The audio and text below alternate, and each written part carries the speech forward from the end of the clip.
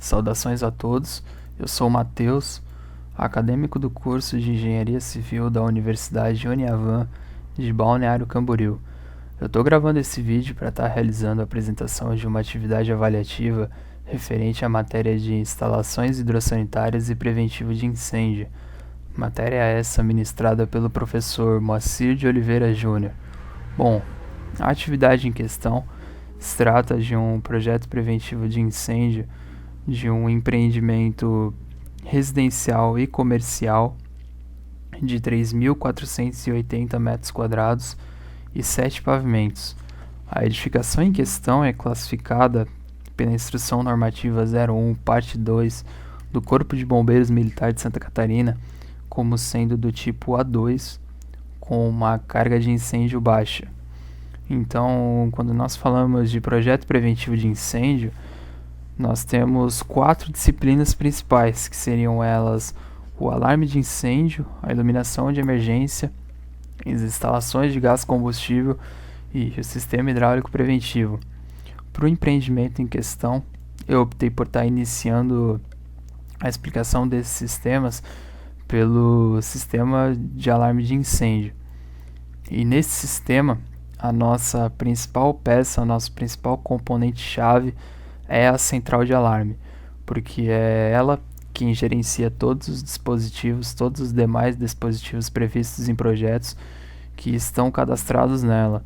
E para esse empreendimento em questão, eu previ uma central de alarme do tipo endereçável, que ela funciona com o cadastramento de todos os componentes e realizando o devido cadastramento de todos esses componentes, sendo eles acionadores e detectores de fumaça e também de temperatura, realizando o cadastramento desses dispositivos, eu posso identificar imediatamente aonde se localiza o meu princípio de incêndio para poder agir nele da forma mais adequada e mais rápido possível, né? Já vista que a gente precisa analisar o local onde o princípio de incêndio se inicia para assim poder analisar a melhor medida a ser tomada para combater o mesmo. Então, no sistema de alarme, é de suma importância que todos os seus dispositivos previstos em projetos estejam interligados. É por isso que aqui a gente pode ver na cor verde todos os eletrodutos interligando todos os nossos dispositivos. E é claro que também no sistema de alarme de incêndio existe uma das partes mais importantes também, que seria a detecção automática dos mesmos, que ocorre através de detectores de fumaça e detectores de temperatura.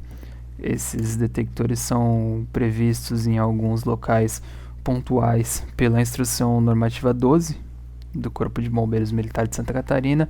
No entanto, ela pode ser definida também arbitrariamente em alguns outros locais conforme a visão e a necessidade do projetista.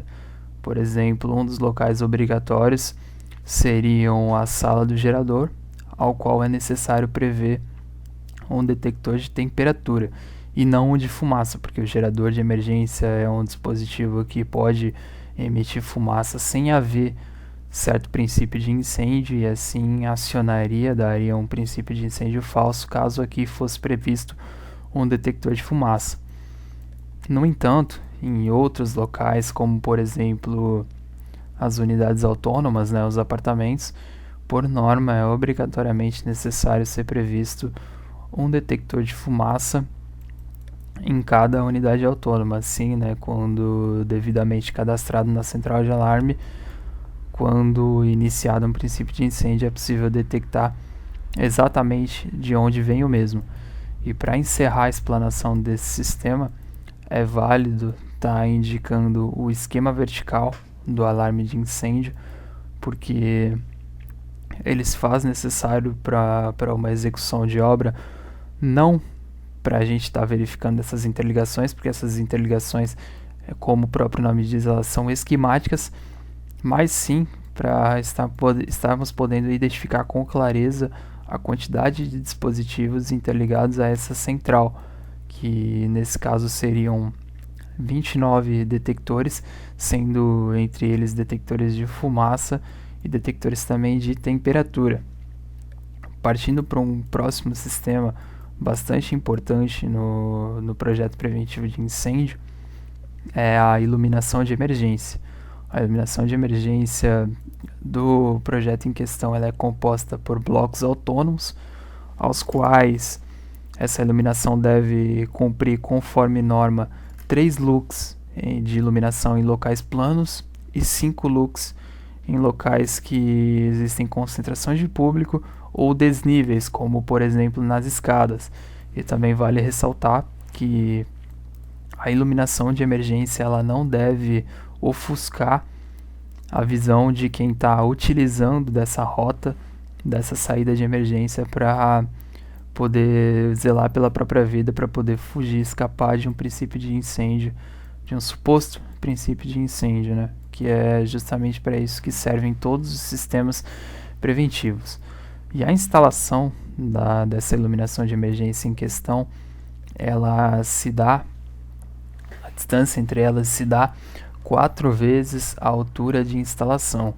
E a altura de instalação dela é indicada imediatamente acima de qualquer porta ou qualquer abertura que haja no pavimento. E no empreendimento em questão eu previ blocos autônomos do tipo farolete, e esses, segundo norma, quando atendido os lux necessários de iluminamento, eu posso estar prevendo eles em uma distância maior do que 4 vezes a altura de instalação. É por isso que eles se encontram um pouco mais dispersos em projetos do que esses blocos autônomos, as luminárias de LED.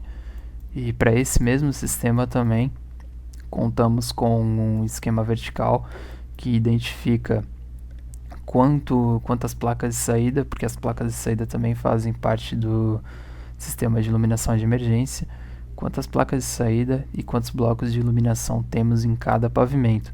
Lembrando que, segundo norma, a distância de instalação dessas placas de saída elas devem ser de 15 metros, porém isso depende das dimensões dessa placa. E para o empreendimento em questão, eu previ placas de 25 por 16 centímetros, que é o padrão mais utilizado desse tipo de empreendimento. E para isso, a distância de instalação entre elas deve ser de 15 metros.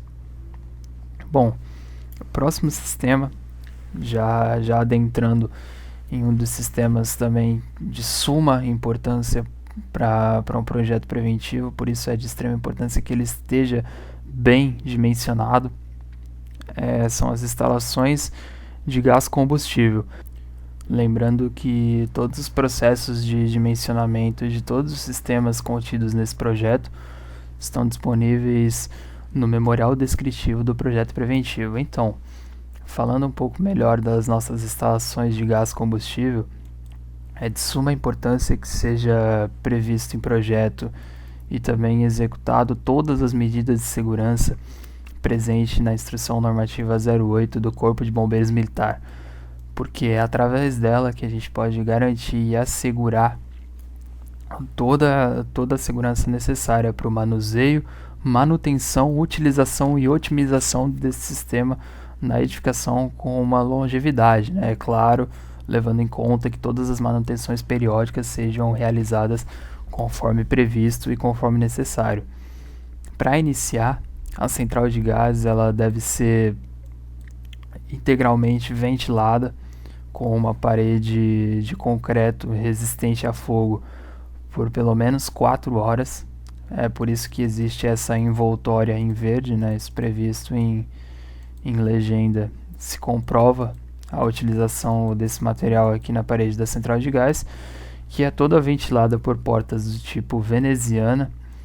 Sendo assim, no suposto vazamento de gás existe a propriedade desse gás ser emitido para a atmosfera e não se armazenar nesse ambiente, criando um bolsão de ar e uma possível explosão que colapsaria toda essa edificação. Então também vale a pena ressaltar sobre o conjunto de controle e manobra, que é mais uma medida de segurança para estar realizando o corte do fornecimento de gás, bem como o registro de fecho rápido, que vai estar impedindo o gás a percorrer a canalização do resto da edificação, a contar por essas 2 unidades extintoras que são previstas e requeridas em norma, porque esse projeto possui até 1.000 kg de GLP, gás liquefeito de petróleo.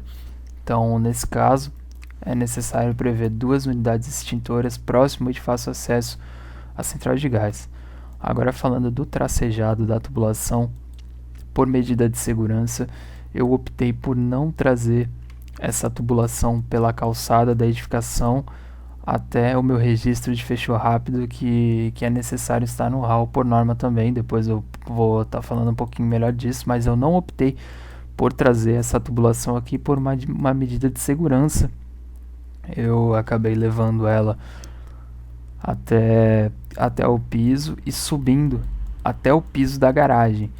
E eu subi arbitrariamente até o piso da garagem, porque esse dimensionamento deve ser levado em conta a espessura da laje da garagem. Então, a depender dessa espessura da laje e também da tubulação, eu posso estar levando ela até o piso ou até o teto, para então poder percorrer todo esse trajeto e descer até o meu registro de fecho rápido, que ele deve distar de no máximo 5 metros do acesso à edificação. É por isso que eu desço com essa tubulação de gás aqui, faço esse caminho pelo meu registro de fecho rápido, e assim eu posso subir para todas as unidades consumidoras. E aí, na parte de consumo de gás, temos pontos previstos de fogão 4 bocas de 117 calorias por minuto e aquecedores também de 410 quilocalorias por minuto. E são previstos um fogão 4 bocas e um aquecedor por cada unidade autônoma, também a contar por um fogão presente no pavimento lazer, como previsto em projeto. Também vale a pena aqui estar identificando o esquema vertical do gás, que pelo mesmo objetivo do esquema vertical de alarme de incêndio não demonstra fielmente todas as interligações, mas aqui é possível ver todos os trechos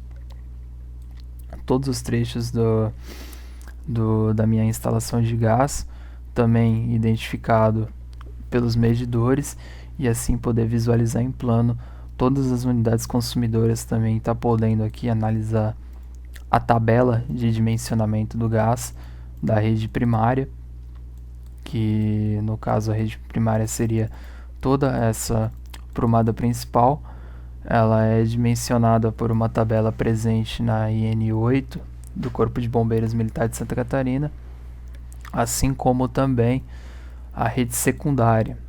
A rede secundária de gás seria toda essa distribuição, que é seu diâmetro também definido por norma em função da potência instalada e do comprimento dessa tubulação. Através disso eu posso estar checando uma tabela ao qual vai me fornecer o diâmetro mínimo que deve ser usado nessa tubulação.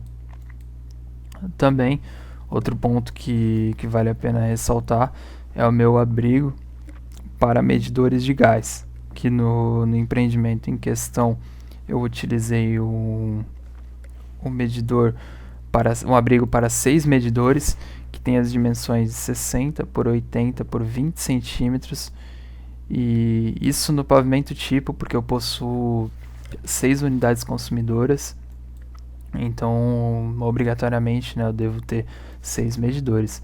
No entanto, para o pavimento lazer, eu pude prever um abrigo para apenas um medidor, haja vista também que é uma área comum de diferente medição, né? Cai na parte do condomínio, e esse medidor ele tem as dimensões de 40 por 40 por 20 centímetros.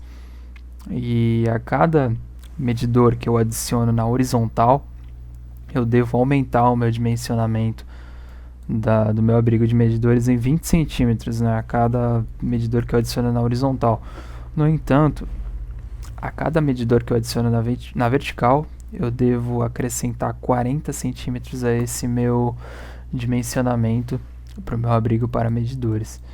Então, na parte do gás, uma última questão importante a ser levantada seria da ventilação permanente, que são aberturas, né, permanentes realizadas na parede da edificação, que permite um suposto vazamento de gás aqui a não se alastrar por resto da unidade autônoma, e sim poder ser emanado, poder ser liberado para a atmosfera também, evitando aquilo que eu disse de um suposto bolsão de ar.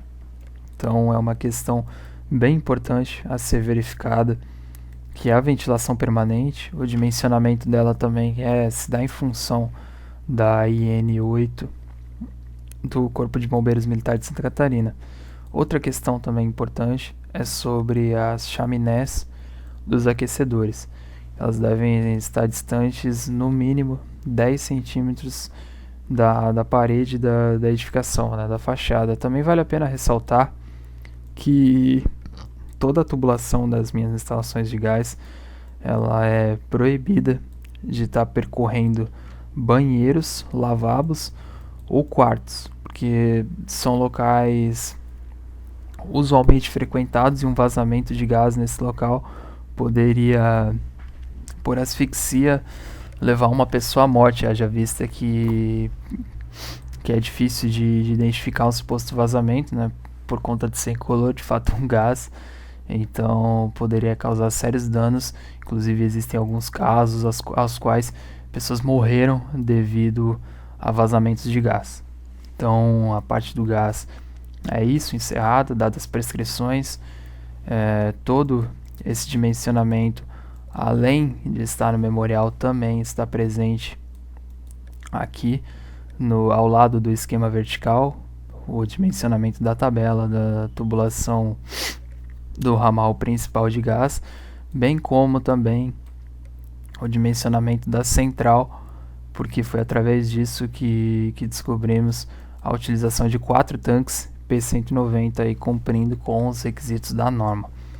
Então, encerrado a disciplina de gás, passaria a explicar sobre o sistema hidráulico preventivo, ao qual, de início, vale a pena ressaltar que, por norma, devemos ter uma reserva técnica de incêndio neste empreendimento de 10 metros cúbicos, porque a área dele está entre 2.500 e 5.000 metros quadrados, sendo assim, a nossa RTI de 10.000 litros ela está dividida em 2 células. Essa divisão é de suma importância, porque quando existe uma manutenção no meu reservatório superior, eu não preciso paralisar todo o funcionamento da edificação para estar realizando essa manutenção. Então aqui é previsto 2 alçapões para acesso e manutenção dessas caixas d'água, né, desses reservatórios, e a RTI dividida em 2 células de 5.000 litros cada uma. Então aqui eu representei a minha descida dessa tubulação, aqui onde está toda a minha interligação do meu sistema de bombas, lembrando que esse dimensionamento, reforçando, né, que esses dimensionamentos estão presentes no memorial descritivo. E aqui eu tenho uma bomba que ela é a bomba reserva, né, alimentada via gerador, e eu tenho outra bomba que é a bomba principal, que ela é alimentada via concessionária de energia. Então, no meu estado em questão, Santa Catarina, a concessionária de energia é a Celesc. Aqui eu tenho todos os meus acessórios de tubulações, todos esses que são de suma importância para a realização de uma possível manutenção no meu sistema hidráulico preventivo. Aqui eu posso estar realizando o fechamento de quaisquer bombas eu desejar. Também tenho um bypass, que seria um passe livre caso nenhuma dessas bombas funcionem, mesmo que sem a vazão necessária, meus hidrantes mais desfavoráveis estarão sendo alimentados. Aqui eu tenho a minha chave de alarme e fluxo, que quando detectado a movimentação hidráulica aqui, acionará as bombas que irão dar continuidade à pressurização do sistema. E aqui eu tenho a minha prumada que funcionará via gravidade, né? Voltando a ressaltar a importância da detecção, do isolamento resistente a fogo e da minha iluminação de emergência nesse local, porque é um local de extrema importância para a continuidade e para o bom funcionamento do meu projeto preventivo de incêndio. Aqui também eu tenho um painel de sinalização da bomba, né, que indica o seu funcionamento, indica a fase do seu funcionamento e as demais informações importantes requeridas para o funcionamento da bomba. Eu tenho um painel desse no térreo, no hall da minha edificação, e tenho um painel desse aqui na casa de bombas também. Os hidrantes previstos nesse projeto, eles são do tipo mangotinho, muito embora a norma permita com que eu use hidrantes, mesmo aqui eu optei por prever mangotinhos porque ele é de fácil manuseio, já vem um carretel para ser prontamente utilizado, então assim eu consigo combater com maior rapidez e maior eficácia qualquer eventual princípio de incêndio que possa acontecer. Então, nos apartamentos tipo, eu previ mangotinhos com a mangueira de alcance de 30 metros. No entanto, para melhor otimização do sistema, em alguns locais eu previ, por exemplo, mangueira de 15 metros, haja vista que essa mangueira atenderia todo esse ambiente aqui, então proporciona um dimensionamento mais fiel à realidade da obra, haja vista que a mangueira de 30 metros aqui não estaria errado, não estaria contra as normas. No entanto, eu posso estar otimizando os custos, otimizando meu sistema, prevendo diferentes comprimentos de mangueira adequados para cada ambiente. Por exemplo, nas salas comerciais, as mangueiras previstas foram de 20 metros, e isso é o mais do que suficiente para atender esse ambiente todo, aí desfazendo a necessidade de estar optando por uma mangueira de 30 metros. E assim como os demais sistemas, a cada 30 metros, né, que é o alcance da mangueira, eu devo estar dispondo de uma unidade, de um abrigo do meu sistema hidráulico preventivo.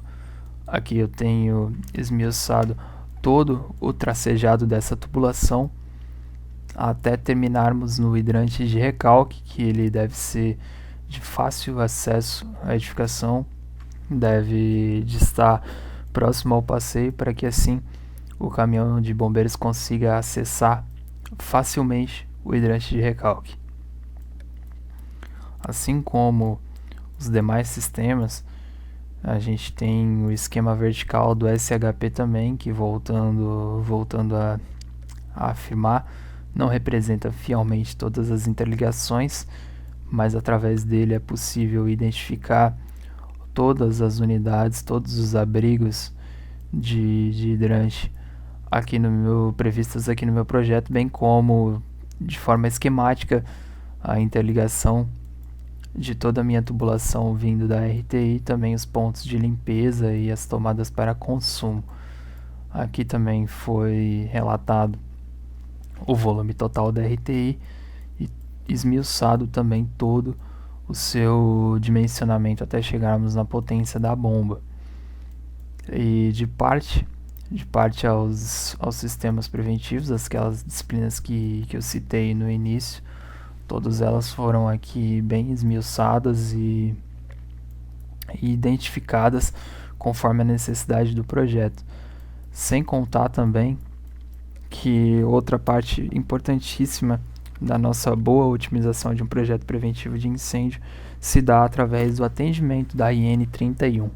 A IN 31 é o plano de emergência de uma edificação, ao qual são placas do tamanho A4 de folha ou do tamanho A3 que estão espalhadas pela edificação e indicam através dela a rota de fuga. Então percebemos aqui que no plano de emergência não possuímos nenhum traçado de tubulação, nenhuma nota referente ao projeto preventivo, apenas de forma bem ampliada as simbologias previstas em projeto e o tracejado necessário até a rota de fuga da saída de emergência até uma área segura, que se faz de extrema importância em uma edificação, para assim poder evitar o caos, porque imaginem que essa planta aqui ela vai ser observada, a população vai recorrer a essa planta em um momento de incêndio, e através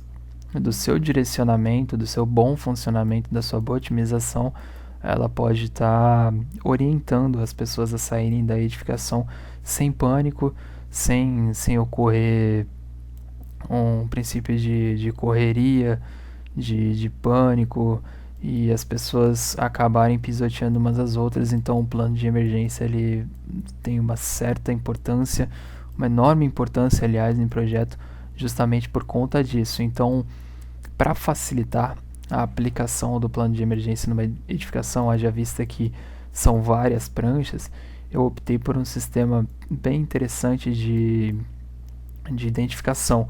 Por exemplo, aqui eu previ como prancha 03, e a prancha 03 é exatamente ela. Então, assim que a empresa responsável pela aplicação do plano de emergência for realizar a devida aplicação, basta vir aqui em planta baixa do projeto preventivo e identificar qual planta é a correspondente, e assim, por exemplo, prancha 05, apenas ir lá com a planta 05 impressa no formato A4 e simplesmente realizar a aplicação no local devido, e gerando assim um sistema bem otimizado. Então essa parte do plano de emergência também é de suma importância que haja em edificações, sejam elas residenciais, comerciais, até mesmo industriais. O plano de emergência, em alguns casos, ele é dispensável, mas nunca estará errado em estar dimensionando, em estar investindo certo tempo em aplicar esse sistema na sua edificação, do seu projeto. Bom, encerrado toda a parte de projeto preventivo e termos técnicos e normativas a serem apresentadas, é importante também ressaltar todo um trabalho que foi realizado em prol da realização desse projeto. O que? Todos os blocos que estão presentes nesse projeto, eles foram criados por mim para o único uso e exclusivo neste projeto em questão, e isso tirando toda a parte de dimensionamento e termos técnicos, enfim, isso facilita muito no momento em que o projetista vai desenvolver o seu projeto, porque assim temos blocos bem otimizados, bem representados graficamente, que podem gerar um projeto mais limpo e de maior fácil entendimento, sem contar que eu utilizei ferramentas que podem potencializar toda a produtividade e agilidade na hora de estar realizando um projeto desse tipo. Por exemplo, o hidrante. Deixa eu trazer aqui para um local mais adequado. Bom, o hidrante ele é necessário que ele seja renomeado e que ele esteja bem representado graficamente também. Eu criei usando ferramentas disponíveis no próprio AutoCAD, um sistema ao qual eu consigo clicar no meu hidrante de forma automática, eu posso estar identificando ele. E isso se torna um bloco. Eu posso, agora eu não quero mais que esse hidrante tenha mangueira de 30 metros, eu posso vir aqui e selecionar um de 20, e assim eu consigo estar dando uma dinâmica muito maior ao meu projeto. Então eu posso estar prevendo vários sem ter que alterar a cor de achura, sem ter que fazer absolutamente nada, apenas com um clique eu consigo estar alterando essa opção, vindo aqui, alterando também a minha numeração. Na verdade eu posso inserir qualquer texto aqui, mas para exemplificar também, e caso eu tivesse uma parede na diagonal, eu poderia só com essa ferramenta vir aqui e alinhar, dispensando outros comandos que demandariam muito mais tempo para estar fazendo esse alinhamento. Então são questões utilizadas, são recursos utilizados do próprio software, do próprio AutoCAD, para o desenvolvimento desse projeto. E claro, tem outras coisas, né? Por exemplo, eu clico no meu plano de emergência, ele vai me perguntar qual prancha é essa, eu posso identificar e assim eu consigo fazer uma identificação muito mais dinâmica até chegar nesse resultado final. A contar também pela iluminação de emergência, a qual existe um comando que eu posso estar rotacionando ela de forma automática, sem que eu precise abrir o comando de rotacionar, que demandaria mais tempo.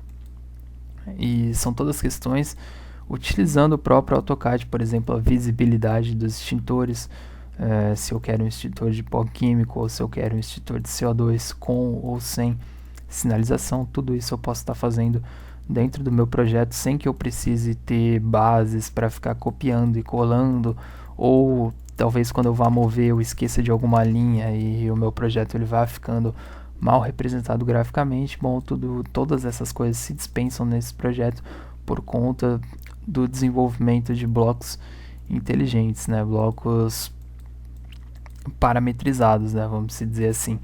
Então, de outras questões, todas elas são referentes a projeto preventivo mesmo, lembrando que esse projeto ele foi realizado a fim de atender todas as normas requeridas, no entanto também a fim de satisfazer os principais critérios da disciplina.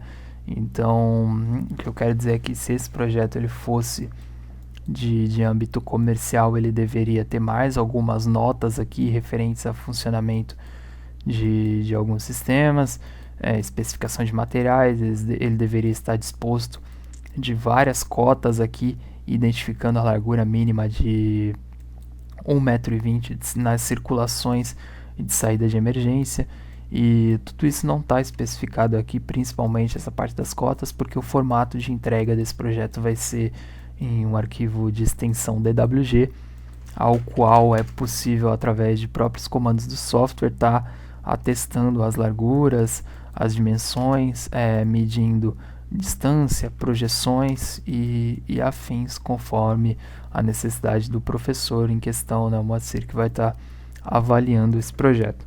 Então, na parte de referências, todas as referências tomadas e utilizadas para a elaboração desse projeto foram as instruções normativas do Corpo de Bombeiros Militar de Santa Catarina, porque é a região ao qual o endereço da obra já está pré-definido. Então, claro, utilizando as instruções normativas pertinentes à região. E é isso. Eu gostaria de agradecer a todos que acompanharam. Gostaria de agradecer as pessoas as quais incentivaram a elaboração desse projeto, que exige muito estudo e é uma complexidade enorme, está cumprindo com os requisitos prescritos em norma também, atingindo aí o objetivo final da disciplina, que é a apresentação de um projeto preventivo. Aqui no selo está apresentado todos os componentes que ajudaram na elaboração, que ajudaram no dimensionamento desse projeto, muito embora eu esteja apresentando, todos aqui fizeram parte disso. E o resultado final para o objetivo da disciplina é bastante satisfatório, então obrigado a todos que assistiram até aqui.